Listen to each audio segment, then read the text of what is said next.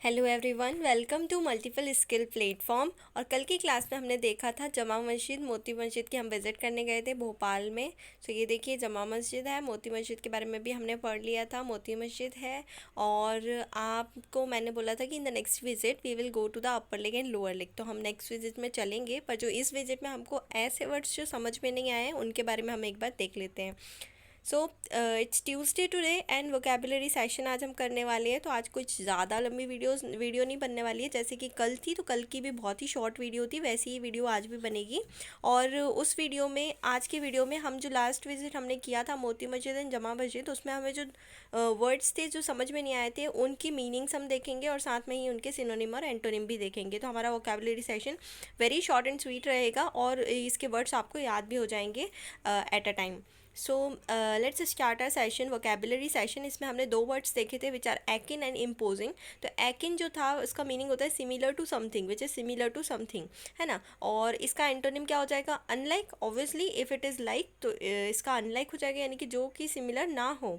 और alien, alien हम किसको कहते हैं? जिसे हम जानते नहीं हो, जिसे हम पहचानते नहीं हो, उसको हम एलियन कह देते हैं। तो फॉर एग्जाम्पल जहाँ पे हम एकिन यूज़ कर रहे हैं विच इज़ मीनिंग लाइक, यानी कि उसके जैसा। तो अगर उसके जैसा नहीं है तो ऑब्वियसली बात है कि एलियन जैसा होगा, यानी जिसे हम नहीं जानते। तो इसका एंटोनिम क्या हो जाएगा? अनलाइक और एलियन। सिनोनिम की अगर हम बात करें तो सिनोनिम का मतलब होता है जो उसके जैसा हो। सो एकिन का मतलब हो जाएगा एलाइड। आपने सुना होगा एलाई का मतलब हम दोस्ती के लिए यूज़ करते हैं, इसके एलाइज हैं। तो एलाइड का मतलब होता है एकिन, और एनालॉगस का मतलब भी एकिन ही होता है। तो ये दोनों का वर्ड भी एकिन के ही जैसा रहेगा, इनका मीनिंग भी एक जैसा ही रहेगा।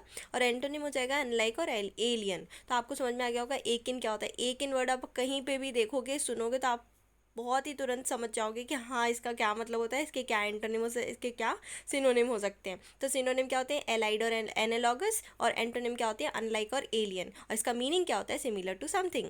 इम्पोजिंग, इम्पोजिंग का मीनिंग क्या होता है? To force someone to accept something. Imposing का मतलब होता है किसी के ऊपर कोई चीज़ थोपना, ठीक है। और इम्पोजिंग का एक और मतलब होता है विच इज़ अ ग्रैंडियोज, यानी लार्ज के रूप में भी हम इम्पोजिंग को यूज़ करते हैं।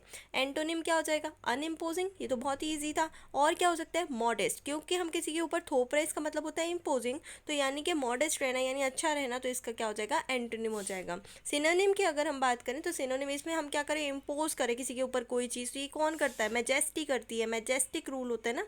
सो मैजेस्टिक हम इसको कह सकते हैं, ग्रैंडियोस कह सकते हैं, ग्रैंड मतलब ग्रैंडियोस, है ना। और क्या कह सकते हैं? हम कमांडिंग कह सकते हैं, क्योंकि इम्पोज करें तो ऑब्वियसली बात है कोई कमांड दे रहे होंगे, तो इसका मतलब हो जाएगा कमांडिंग। तो इसका भी आपको समझ में आ गया होगा। आई होप आपको ये दोनों वर्ड्स एकिन और इम्पोजिंग का बहुत अच्छे से समझ में आ गया होगा। पूरा वोकेबुलरी सेशन आपको क्लियर हो गया होगा, और मुझे लगता है कि आपको तो यहीं पे याद भी हो गया होगा। Meaning antonym synonym, meaning antonym synonym, Eakin का और इम्पोजिंग का। एकिन का मीनिंग क्या होता है? Similar to something. एंटोनिम क्या होता है? अनलाइक और एलियन। सिनोनिम क्या होता है? एलाइड और एनालॉगस। वहीं हम इम्पोजिंग की बात करें तो इम्पोजिंग का मीनिंग क्या होता है? To force someone to accept something. और एंटोनिम क्या होता है? अनइम्पोजिंग या मॉडेस्ट। सिनोनिम क्या हो जाएगा इसका? मैजेस्टिक हो जाएगा, ग्रैंडियोस हो जाएगा, या कमांडिंग हो जाएगा।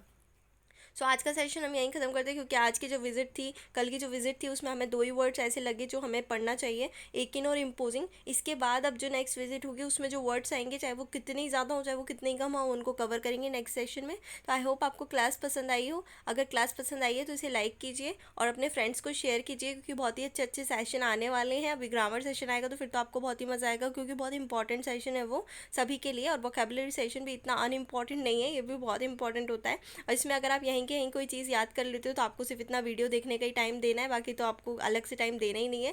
तो आपको याद हो जाएगा। और अगर आप कॉपी लेके बैठते हो तो फिर तो आपके लिए बल्ले ही बल्ले है, क्योंकि आप फिर नोट्स भी बना लोगे, तो आपकी वोकेबुलरी तो यहीं कंप्लीट हो जाएगी। तो चैप्टर को ज़रूर देखिएगा, और जो हम ग्रामर सेशन करने वाले हैं उसको भी देखिएगा। चैनल को लाइक शेयर सब्सक्राइब ज़रूर करिएगा। और थैंक यू फॉर वॉचिंग।